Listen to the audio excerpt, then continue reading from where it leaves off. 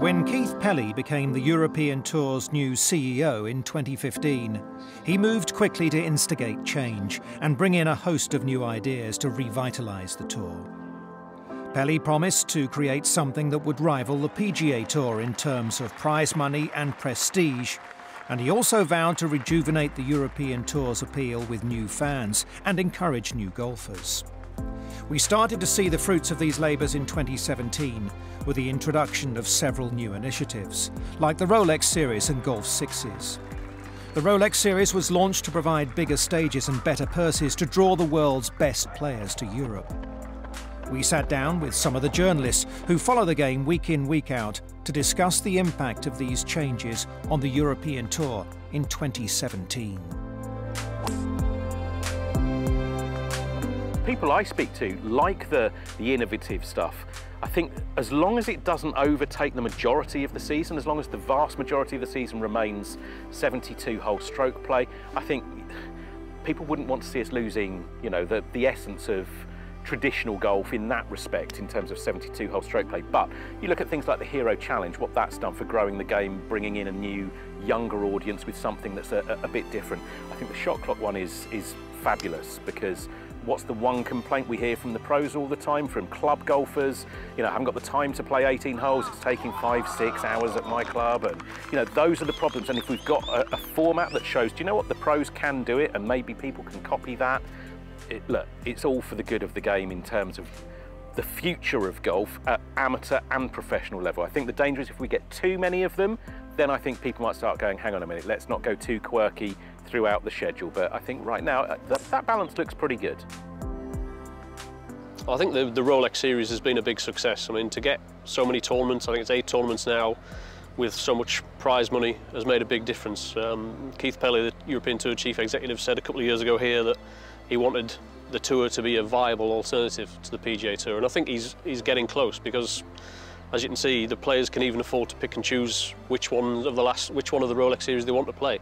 Not all of them have played in all the last 4 events, for example. So I think that's a huge positive for the players.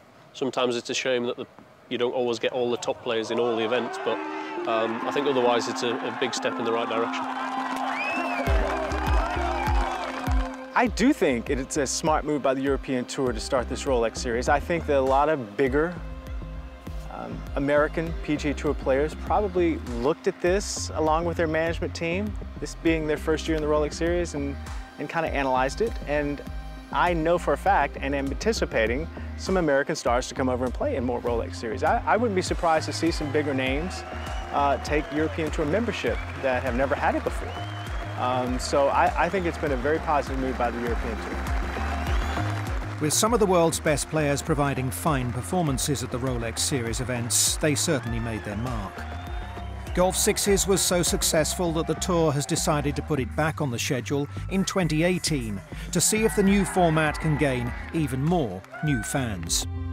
I mean, they've come up with all these different concepts, not only with the tournaments, with the Golf Sixes, and there's a new one coming next year with Thomas Pieters. We've had the Hero Challenge on a Tuesday night before tournaments. So I think they are ahead, certainly, of the PGA Tour in that respect. They've got good, fun ideas, and the key thing is I think the players buy into it. You see them, they have a good time while they're doing it, and they're always keen to promote it. So I think that's very impressive by the Tour.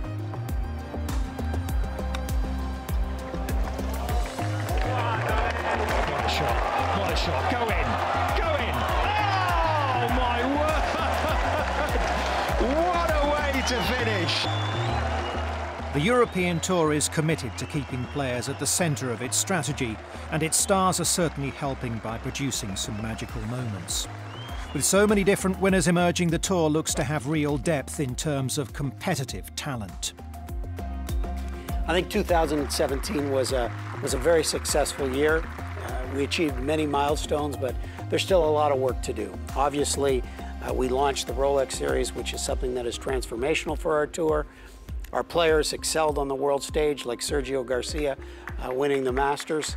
And of course, our commitment to innovation continued in 2017. So overall, I believe we're on the right track, but there's still so much work to be done.